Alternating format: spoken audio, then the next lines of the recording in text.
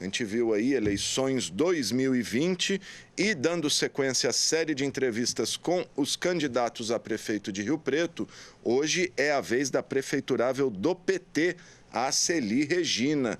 As entrevistas terão 40 minutos cada uma e abordam os temas mais importantes aí para a nossa cidade, né? Os grandes temas para o futuro de Rio Preto: saúde, educação, economia, mobilidade, desenvolvimento social, lazer, esporte, cultura e etc. A Celi tem 54 anos, é professora da rede municipal, já aposentada, e já foi vereadora aqui na Câmara Municipal e também presidente do Sindicato dos Servidores Municipais.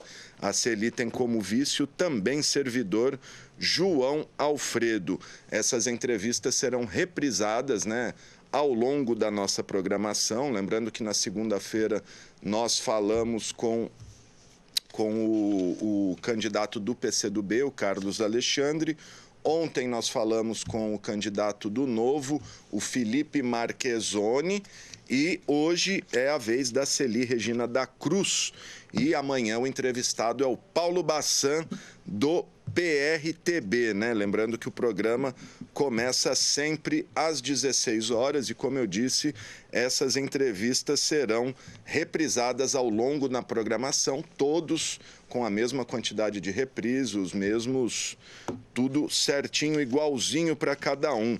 E a Celi está aqui comigo no Zoom. Celi, tudo bem? A Celi que está aqui no Zoom comigo. Essa entrevista terá 40 minutos que começam a ser contados agora. Celi, muito obrigado por aceitar o nosso convite aí. E eu começo perguntando, como eu tenho feito a todos, por que você decidiu ser candidata a prefeita de Rio Preto e o que você considera que a credencia para a função mais importante da nossa cidade. Boa tarde, Alexandre. Boa tarde a toda a equipe da TV Câmara. Boa tarde a todos que nos assistem. Eu entendi que Rio Preto precisa de uma mulher perfeita.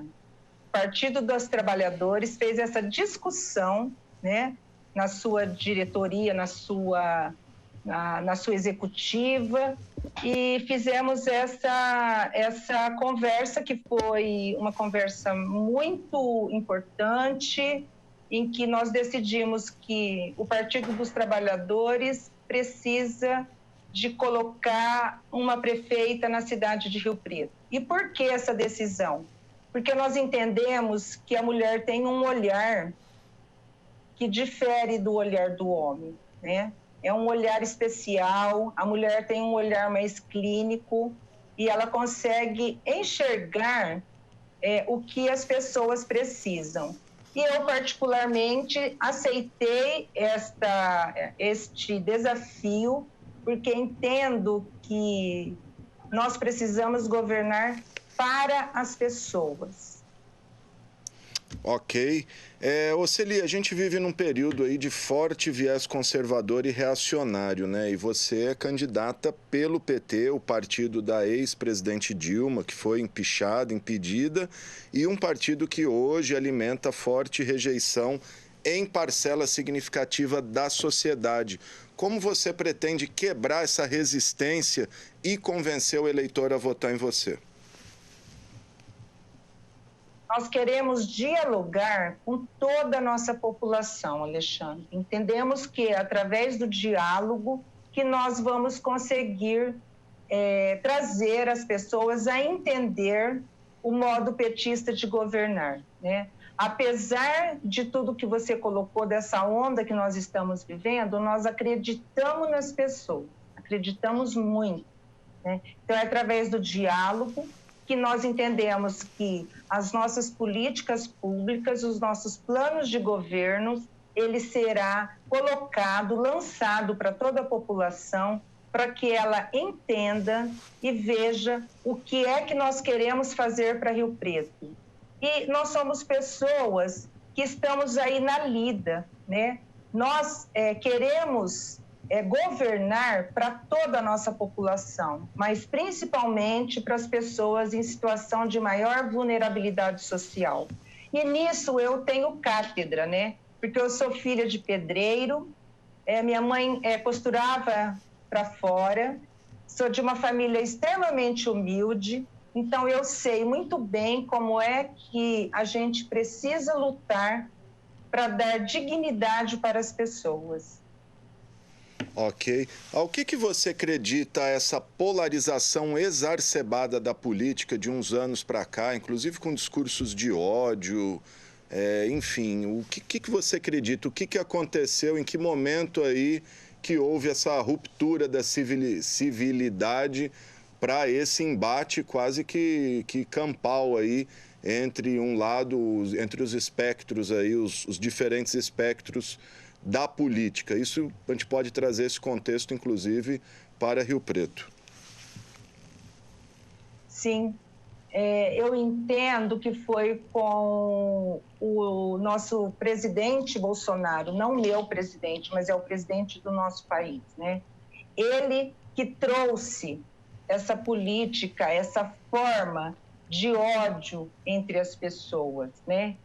E a gente até tem o convívio com muitas pessoas, graças a Deus, mas a gente até ficou meio que extasiado de ver o comportamento, aquela questão, principalmente nas redes sociais, de tamanho ódio, né? Eu acho que nenhuma sociedade deva viver com tanto ódio e ver e tá vendo as pessoas agirem pelo ódio. Isso não é bom para absolutamente ninguém, né? Então, nós sentimos muito. Eu acho que isso não ajuda e o governo federal está aí mostrando que isso não ajuda, né? Não tem tido engajamento com a população mais carente, né?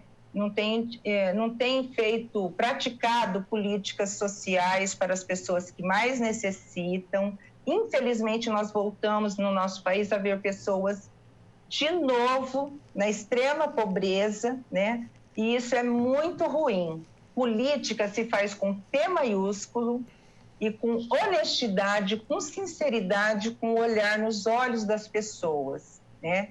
E nós acreditamos que essa não é a melhor forma de fazer política e nós nunca vivemos isso, né? Até na ditadura militar nós não tivemos esse ódio tão latente nas pessoas. Isso é muito ruim. Sem dúvida. Não é o nosso caminho. Ok. O PT de Rio Preto perdeu recentemente, talvez, o seu maior quadro na cidade, que é o vereador Marco Rilo, né, que acabou migrando aí pro PSOL e será o seu adversário na disputa. Eu queria saber qual o impacto disso na sua candidatura e como superar essa fragmentação da esquerda na cidade, que, se eu não me engano, pela primeira vez, tem 3 candidatos aí tidos, né, assumidamente de esquerda. Sim. O vereador Marco Rilo, que sempre será meu companheiro, ele saiu pelas questões que são particulares a ele, né? E eu entendo que o PT, ele sobreviverá. Nós estamos mostrando que o PT existe em São José do Rio Preto e nós temos pessoas que apostaram muito, e penso que até continuam apostando, na morte do PT em Rio Preto, mas isso jamais acontecerá, né? Os petistas são muito aguerridos, os petistas são muito convictos daquelas políticas públicas que quer ver a população de Rio Preto ser assistida.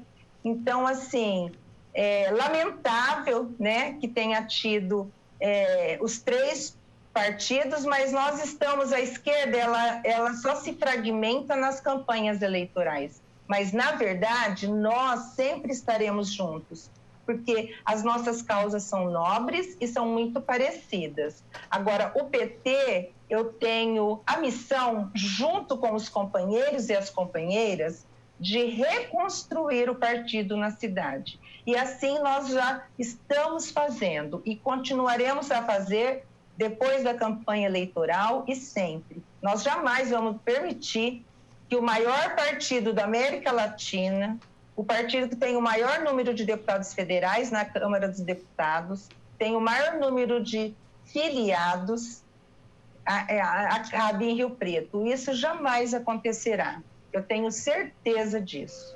Aonde que houve a cisão, Celi? Por que não houve a união das esquerdas como tradicionalmente ocorre, PT, PCdoB? O PSOL nem tanto, né? O PSOL aí nunca se aliou com o PT, mas PT, PCdoB, onde que houve aí, onde que houve aí essa cisão?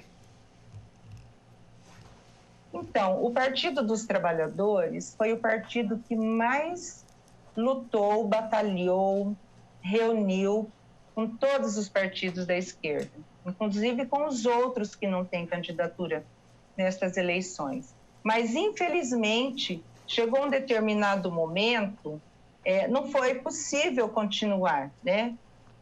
E o Partido dos Trabalhadores, através do seu Diretório Nacional, colocou, uma das recomendações é que em todas as cidades onde o partido tem geradora de TV e transmissora de TV, ele apresentaria candidatura própria. Então, essa foi uma questão que nos fez colocar a candidatura majoritária, né, no Partido dos Trabalhadores. Isso teve um impacto bastante considerável, né, para essa tomada de decisão. Sem dúvida. E essa tomada de decisão, ela não foi feita só por nós, do Diretório Municipal Rio Preto, mas também pelo partido na sua instância estadual. Certo.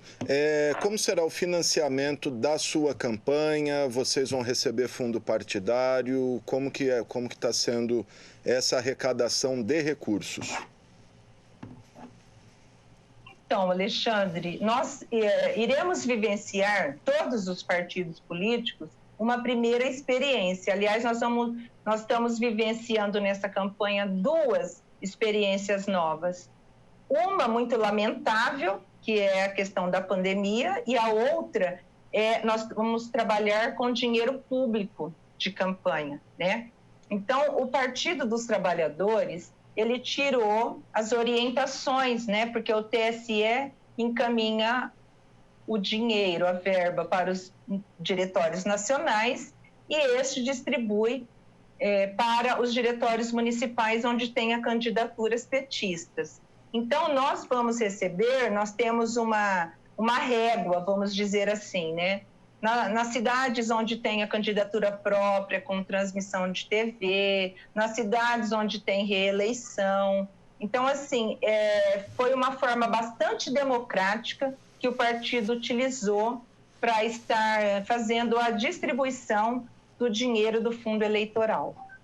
Muito bom. Bom, vamos falar agora... Mas a gente só trabalhará com esse dinheiro, viu, Alexandre? Porque nós não temos, assim, verbas próprias, o nosso diretório não tem verba, né? E nós vamos colocar, estamos com uma vaquinha, né?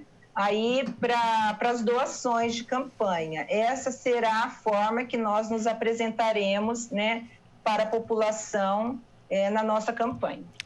Perfeito, Celi. Bom, vamos entrar aí, vamos falar de plano de governo, de proposta. No seu plano de governo, você diz que o atual governo errou ao não decretar o lockdown logo no início, no período mais crítico lá da pandemia. Além dessa crítica, o que mais você teria feito de diferente se tivesse no comando da cidade nesses 6, 7 meses de pandemia? Olha, Alexandre, eu quero aqui ressaltar, em primeiro lugar, que eu faria o que o outro Edinho fez, o Edinho Silva de Araraquara, que inclusive ontem está nos jornais franceses. É um belo exemplo de como fazer, né? Primeiro, fazer testagens. E o Preto demorou muito para fazer testagem e fez muito pouco, né? Muito pouco. Mesmo o secretário falando... deveria ter feito... Desculpa te interromper, mesmo o secretário sempre dizendo... Mesmo o secretário de Saúde sempre dizendo que Rio Preto é uma das que mais testa no país. Ah, não é verdade. Que mais testam não é verdade. Tem muitos municípios, como eu já te falei agora, o nosso vizinho, o município de Araraquara, fez muito mais testes, né? O município de Araraquara fez outra coisa que eu também faria. Ele complementa a verba do Bolsa Família. Ele tem um projeto cidadão que é com recursos oriundos do próprio município para complementar o Bolsa Família das pessoas em vulnerabilidade social, né? E também o lockdown não foi feito quando deveria ter sido feito. Eu tenho certeza, e não sou apenas eu que digo, o ex-ministro da Saúde, Arthur Quioro, o ex-ministro da Saúde, Alexandre Padilha, e o ex-ministro da Saúde, Temporão, também me disseram que a cidade que fez um lockdown de 14 dias, no momento em que ela estava vendo como que estava a curva, se ela tivesse feito, ela teria evitado várias mortes. Várias mortes. Então, eu penso que tem algumas diferenças aí e nós estamos lidando com a vida, né? Isso é muito sério, isso não é pouca coisa. Com a vida, né? Não só de quem se foi, mas de quantas famílias, né? Teve famílias que perderam 2 pessoas. Essa semana teve uma amiga que perdeu o pai e a mãe no prazo de 6 horas. Teve família que perdeu o pai, o filho. Então, assim, isso é muito triste. Então, assim, a gente tem que ter uma política pública de saúde séria e muito eficaz. Até porque, se não fosse o SUS, e que nós estamos numa cidade onde a saúde privada é extremamente valorizada, e extremamente importante no cenário nacional, né? A saúde privada em Rio Preto é referência, né? Até fora do país. Mas nós precisamos de ter uma saúde de qualidade assim no SUS. Se não fosse o SUS, com os investimentos que o governo Lula e o governo Dilma fizeram, Rio Preto foi extremamente contemplado. Foram construídas UPAs, aumentaram o número de servidores, de equipes de saúde da família, aumentaram o número de agentes comunitários de saúde e por aí vai, né? Tem muitas coisas. Então, se não fosse o Sistema Único de Saúde, que muitos da saúde privada querem privatizá-lo, o que seria de nós brasileiros e, por que não, de nós riopretenses, né? Seria o caos do caos. Então, eu espero que a população, que os detentores aí da saúde percebam que o SUS é o melhor, o maior sistema único de saúde que nós temos. Ele é copiado por países europeus. Então, vamos fortalecer o SUS, vamos apostar no SUS, vamos melhorar o SUS para melhorar a saúde das pessoas. Celi, aproveitando, até eu estava mais para frente aqui, mas já que você abordou aí a questão da saúde, eu li o seu plano de governo, entre tantos compromissos, a senhora fala em implantar as 30 horas na saúde, algo que já foi tentado, inclusive, no primeiro ano do segundo mandato do prefeito Edinho, quando o médico Cacau Lopes era secretário, mas por uma série de motivos não deu certo, inclusive uma alegada explosão de horas extras. Como que você pretende implantar essas 30 horas na saúde? Bom, eu penso que as 30 horas na saúde, ela tem que ser muito, muito bem planejada. Não é um passe de mágica, até porque eu quero lembrar aqui, Alexandre, que o prefeito Edinho Araújo, ele assumiu um compromisso, assinou um documento com os servidores municipais da saúde, se comprometendo que, se reeleito fosse, ele iria implantar definitivamente as 30 horas na saúde. E ele não fez naquele momento e não fez nunca mais, até hoje. Né? Chegou então, a fazer, assim, né? Acho que ficou alguns meses ali, mas aí acabou recuando. Alguns meses, e toda a equipe dele entendeu que não deveria. Foi o fato o que causou a saída do secretário da Saúde à época, Cacau Lopes, porque ele assumiu um compromisso e não o efetivou. Sim. Né? Então, assim, primeiro, o planejamento, a organização, isso são coisas primordiais. Nós precisamos cuidar de tudo. Quantos servidores municipais de carreira nós temos? Quantos estão em cada cargo da saúde? Quantos estão na iminência da aposentadoria? Precisa fazer um trabalho, assim, muito, mas muito bem feito. E nós temos servidores públicos municipais com muita competência para fazê-lo. Nós precisamos, depois de tudo isso organizado, colocar concurso público, porque nós precisamos ter somente servidores públicos trabalhando na saúde. Isso é muito importante, porque nós vivemos num conflito muito grande, onde os trabalhadores do HB, né, que tem um contrato aí com a prefeitura, recebem um valor maior na sua carteira de alimentação, onde são regidos pela CLT, e nós, servidores concursados, somos estatutários. Então, existe um choque aí. Isso não é bom para o trabalho, isso não é nada bom. Então, assim, e nós estamos vendo também, né, Alexandre, o que seria de nós sem esses servidores da saúde, sem esses trabalhadores da saúde? Sem dúvida. Né? E são todos, né? O que seríamos de nós? Então, enquanto eles continuam fortemente lutadores, guerreiros, cuidando da vida das pessoas, nós, infelizmente, ainda não temos uma política que diga a que veio, porque nós também temos pessoas da nossa população que estão brincando com essa questão da Covid, infelizmente, né? Sem dúvida. Nós estamos vendo agora bares super lotados e a gente sabe que as pessoas precisam se cuidar, né? Para poderem cuidar das outras, né? Aí entra a solidariedade, a fraternidade, né? E tem a questão das políticas públicas, claro, né? Ok, só para ir pontuando, chegamos a 20 minutos de entrevista, tá? Vamos falar de economia e emprego. A gente sabe que esses são dois grandes, talvez os maiores desafios a partir de 1º de janeiro, seja lá quem for o prefeito, vai ter que recuperar a economia e gerar emprego. No seu plano, você lembra, claro, que o desemprego está nas alturas, quase a maioria aí de quem tem uma ocupação está na informalidade. O que você fará se for eleita e assumir em 1º de janeiro, Celi? Então, Alexandre, a questão da geração do emprego e renda é algo assim vital para as pessoas, né? É como você já disse, o nosso nível de desemprego está altíssimo. Mas nós, no domingo, lançamos a nossa campanha assinando uma carta compromisso com o turismo riopretense, por exemplo.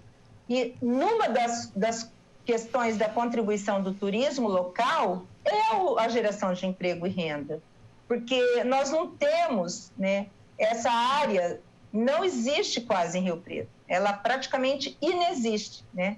A Secretaria do Desenvolvimento Econômico e Negócios do Turismo não tem um olhar para o turismo local. E nós entendemos que nós temos muito a contribuir com a nossa população, né, com as pessoas, na questão do turismo especificamente, e com as pessoas na geração de emprego. Que o turismo, não sei se a nossa população conhece, é o maior gerador econômico do mundo. É a maior economia do mundo, é o turismo, né? No estado de São Paulo, o turismo entra com 10% do PIB. Olha só, 10% do PIB é muita coisa, né? E você vê, Rio Preto nem participa do mapa do turismo, do Ministério do Turismo, para receber verba. Rio Preto não está no programa estadual de municípios de interesse turístico. Não tem essa... É muito descaso que os sucessivos prefeitos têm tratado com o turismo. Isso é bom para todos os aspectos, né? Por exemplo, quando uma escola leva os seus alunos para conhecer o viveiro municipal, isso é turismo. Só que não está dado, não existe o turismo como tema transversal na educação, por exemplo. E quando as crianças da rede municipal chegam no viveiro, por exemplo, eles têm uma aula maravilhosa, Os agrônomos de lá ensinam, falam na língua que aquela criança de 3, 4, 5 anos consegue entender. Quando vai para o bosque municipal é a mesma coisa. Os veterinários fazem um acompanhamento que é assim, brilhante com essas crianças, né? Então, quando as crianças vão, por exemplo, aí na Câmara Municipal, que eu já recebi várias escolas, isso a criança está fazendo um turismo. A gente tem escolas que quando levam seus alunos para assistir um filme no cinema, é assim, eu até já me emocionei muito. Tem criança que nunca tinha ido a um cinema. Isso tudo é turismo, mas isso tudo está jogado, tá espalhado, sabe? O Trem Caipira. O Trem Caipira precisa ser remodelado, esse projeto, né? O que nós temos também? Mas você acha que com turismo, nós precisamos... sem querer te interromper, mas só o turismo é suficiente para abrigar toda a mão de obra desempregada em Rio Preto? De forma alguma. Eu citei como um exemplo, né? E já aproveitei a citar o turismo, porque é uma questão que está aí deixada de lado pelos sucessivos prefeitos. Mas não, a questão do emprego, ele é premente em todas as áreas, porque tem muitas pessoas desempregadas. Olha, para você ver, por conta da pandemia, muitos comércios fecharam, né? Mas nós temos, assim, as diaristas, as empregadas domésticas, a maioria perdeu o emprego, porque se ela usa o transporte público coletivo, elas não estão trabalhando até hoje, muitas delas. Por quê? Porque todo mundo, ela é a primeira pessoa que deva se preocupar, né, com a Covid, e as pessoas a quem elas vão às casas. Então, assim, a questão da geração de emprego e renda, ela está em todas as áreas. A única que eu penso que não sofreu é a questão da saúde, né? Que inclusive o pessoal... Está faltando mão de obra, né? Por contratação de pessoas e muitas das vezes não conseguiram, né? Infelizmente, né? Certo. Se ele avançar um pouquinho, boa parte aí das grandes obras de Rio Preto, né, desde a estação de esgoto até as casas do Minha Casa, as obras de mobilidade, viaduto, etc., veio tudo ainda na era PT, né, nos governos, primeiro, segundo governo Edinho e os governos Valdomiro. Você acha que o PT errou em não explorar mais essas conquistas? E como que o PT pretende se colocar? O que o PT pode oferecer que esses governos já não tenham feito? Então, Alexandre, pela primeira vez na história do nosso país, a gente tem um programa habitacional tão imenso como Minha Casa Minha Vida, né? A presidenta Dilma esteve em Rio Preto 2 vezes, né, inaugurando o Nova Esperança e o Lealdade e Amizade. Mas os programas dos governos do PT em Rio Preto são muitos. Unidades habitacionais foram entregues 27 mil em Rio Preto. Nunca teve na história do nosso país um governo federal que fizesse tanto. E eu estou falando só de Rio Preto, né? Que é do nosso lugar de fala. A questão da ET, até 2003, a estação de tratamento de esgoto, até 2003, Rio Preto tinha 8,9 de esgoto tratado. Em 2018, os últimos dados que nós temos, tem 89% de esgoto tratado. Por que Rio Preto ainda não chegou a 100% do esgoto tratado? Porque nós temos aproximadamente 30 mil pessoas que vivem nos loteamentos chamados irregulares, né? Que ainda não tem esgoto tratado. Não tem a água tratada, porque é só a partir da regularização desse loteamento que ele vai ter, né? Então, nós queremos que 100% da população riopretense tenha direito ao esgoto tratado, porque todos somos pagadores de impostos, todos somos cidadãos, e a Constituição diz, né? Viver com dignidade. E essas pessoas que estão nos loteamentos irregulares, elas são tão trabalhadoras, dignas, como aquelas que moram nos condomínios de luxo da nossa cidade, né? Em relação à habitação, a senhora fala em IPTU progressivo, entre outras medidas aí, né? Como ocupação de áreas vazias e prédios vazios, né? Vazios urbanos. Você pensa em desapropriar áreas inutilizadas, esses grandes vazios que a gente tem em áreas nobres, imóveis desocupados no centro? Estaria nos teus planos promover uma desapropriação para abrigar moradias populares? Olha, Alexandre, primeiro que quando eu estive vereadora e no governo da presidenta Dilma, nós participamos da Conferência Nacional das Cidades, quando se deu o Estatuto das Cidades, o Ministério das Cidades. Fui até o Ministério das Cidades, à época, falar com o secretário nacional. Então, o que acontece, Alexandre? Nós temos muitos vazios urbanos e nós temos experiências de outros municípios que fizeram um trabalho, assim, maravilhoso, maravilhoso. Não é aquela ideia que as pessoas tinham, né, que eu acredito que não tem mais, porque o PT ficou no governo aí quase 14 anos, de que um que tivesse 3 casas ia perder, ia ficar... Né, essa ideia aí eu acho que já saiu das pessoas, assim eu espero, né? Porque já teve muita vivência disso no país. Mas veja bem, tem muitas cidades que já fizeram e deu muito certo. Você tem um vazio urbano em determinado local, em determinado bairro, onde você pode construir, por exemplo, 40 casas. O poder público ele só vai construir 40 casas. Por quê? Porque a infraestrutura já está feita, já está dada.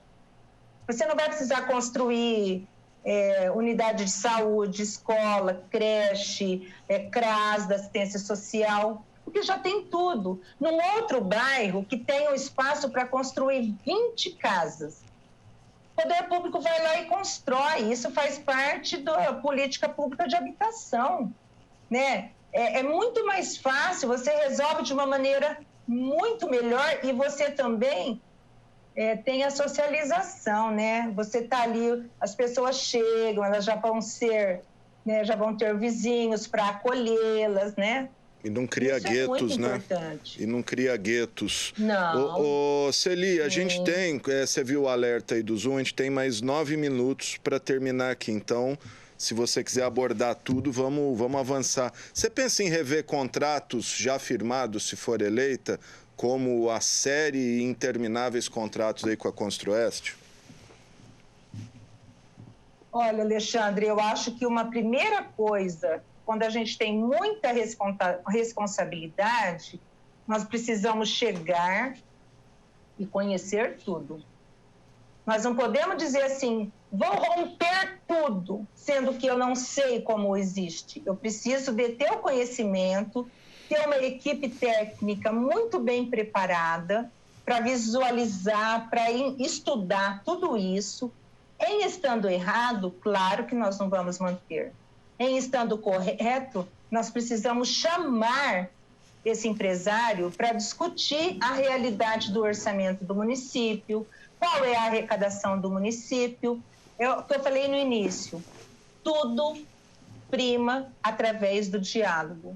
E eu acredito muito no diálogo, para a gente conseguir negociar, debater. Não adianta a gente falar coisas que a gente não detém conhecimento. Por exemplo, eu não conheço, porque os contratos com a Construeste, eles são assinados pelo prefeito, pela secretária do Meio Ambiente, pelo procurador-geral do município, né? Então, a gente precisa deter o conhecimento para depois tomar as decisões que são necessárias serem tomadas. Aí sim nós tomaremos. Ok. Vamos falar um pouquinho de mobilidade, né? Eu queria que você falasse em geral da mobilidade, como transformar Rio Preto numa cidade para todos, mas o que chamou a atenção no seu plano de governo é que você fala em criar faixas exclusivas para o transporte coletivo, sendo que a gente já tem as tais faixas aí e que estão do lado direito, até como um candidato também citou ontem. O que você mudaria em relação a esse modelo atual que tem gerado muita reclamação aí de comerciantes que perderam o estacionamento, etc.? Então, Alexandre, essa é uma outra questão muito delicada. Aí também tem verba do governo federal, do governo Lula e Dilma. Aliás, está sendo feito muita coisa, né, na cidade e a população não sabe que é com verba do governo federal, tanto do governo Lula quanto da presidenta Dilma, né? A questão do corredor de ônibus ser na outra faixa, várias cidades também fizeram assim. E funcionou muitíssimo melhor do que está funcionando aqui. Aqui já tem, Alexandre, é verdade quando você diz. Porém, ela não está ainda adequada, né? Faz de conta que tem, porque nós não está dado isso ainda em toda a cidade, conforme o projeto, na época apresentado, né, pelo prefeito Valdomiro e pelo secretário Milton Assis. Nós não vimos ainda esse projeto funcionar em 100% dele. Não está acontecendo isso ainda. Então, nós acreditamos que tem que funcionar da maneira que está dada a mobilidade urbana no plano do Estatuto das Cidades. E ainda Rio Preto não tem isso, não chegou lá. Porque esse sim está correto, da maneira como está dada. E nós temos que priorizar o transporte público coletivo. Também isso faz parte da mobilidade urbana. Mas, para isso, nós temos que ter os ônibus confortáveis, para a nossa querida Rio Preto, com esse sol senegalês, né? Com ar-condicionado para todos os ônibus. Nós precisamos de ter assentos exclusivos para as mulheres, e eu falo isso infelizmente. Por quê? Infelizmente, porque os homens ainda não aprenderam a respeitar as mulheres. Então, enquanto eles continuam tentando abusar, molestar, violentar as mulheres dentro do transporte público coletivo, nós defendemos assentos exclusivos para mulheres dentro dos ônibus. Até que os homens aprendam que a gente tem uma sociedade igual para todos e que as mulheres devem e têm que ser muito respeitadas, né? Então, nós acreditamos nessa mobilidade urbana, onde o transporte público se sobrepõe ao carro particular. Okay. Onde o pedestre ele tenha respeito pelos veículos motorizados. Quando a gente vê um motorista dirigindo um carro que respeita o pedestre, a gente fica tão feliz, porque na maioria das vezes ainda isso não acontece, infelizmente. Sem dúvida. Celi, rapidinho as respostas, que nós temos mais 3 minutinhos aí para terminar. Meio ambiente, né? Estamos vivendo aí queimada, blá, blá, e você fala uma coisa curiosa no seu plano, que é diminuir as emissões de poluentes que afetam a qualidade do ar. Como uma prefeitura, um município pode fazer isso? Ele pode fazer isso da forma que eu acabei de falar. É um exemplo. O transporte público coletivo ser eficaz, confortável, para que o povo ande mais de transporte coletivo do que com seu próprio veículo. Já é um exemplo disso. Okay. E isso se dá através da educação ambiental, Alexandre. Sem dúvida. Tudo a base é a educação. Se a gente educar a população nessa questão, que compreende a muitas outras, mas a partir das crianças, né? É na primeira infância que a gente começa. Pois é, para não terminar sem falar de educação, que é a sua área, professora, né? Temos aí um ano perdido de pandemia. Sim. Queria que você falasse sobre educação, lembrando que nós temos aí 3 minutinhos no máximo, Celi. Então, Alexandre, a educação no nosso município, ela é constituída de um sistema próprio de ensino. Portanto, ele tem autonomia. Ele não precisa necessariamente seguir o governo do estado de São Paulo, né? Nós precisamos fazer muita coisa para melhorar a qualidade da educação que chega aos nossos alunos. A questão da pandemia, por exemplo, levou os professores começaram a aprender as tecnologias sem ninguém para auxiliar, sozinhos eles foram aprendendo, trabalhando com seus próprios equipamentos, pagando a sua conta de energia elétrica na sua casa, que aumentou por conta disso. E nós precisamos pensar no ensino-aprendizagem. Esse ano não pode ser um ano perdido para a educação. Celi, vai cair. Eu quero que você... infelizmente, a gente Tá o tempo aí, Celi, para ficar igual para todos. Para você terminar, eu peço para você escolher uma música e fazer a sua consideração. Olha, Alexandre, eu espero ver de fato, com o modo petista de governar, as pessoas felizes. Nós vivemos simplesmente para sermos felizes. Então, nós queremos fazer um governo, uma gestão pública que deixe as pessoas muito bem, muito confortável em todas as políticas públicas. E a música que eu escolho é a música do Titãs. Você tem aí para colocar para nós? Vamos procurar qual que você quer. Tá, já caiu aí. Ninguém pode reclamar, 40 minutos é o tempo certinho aí do funcionamento do Zoom.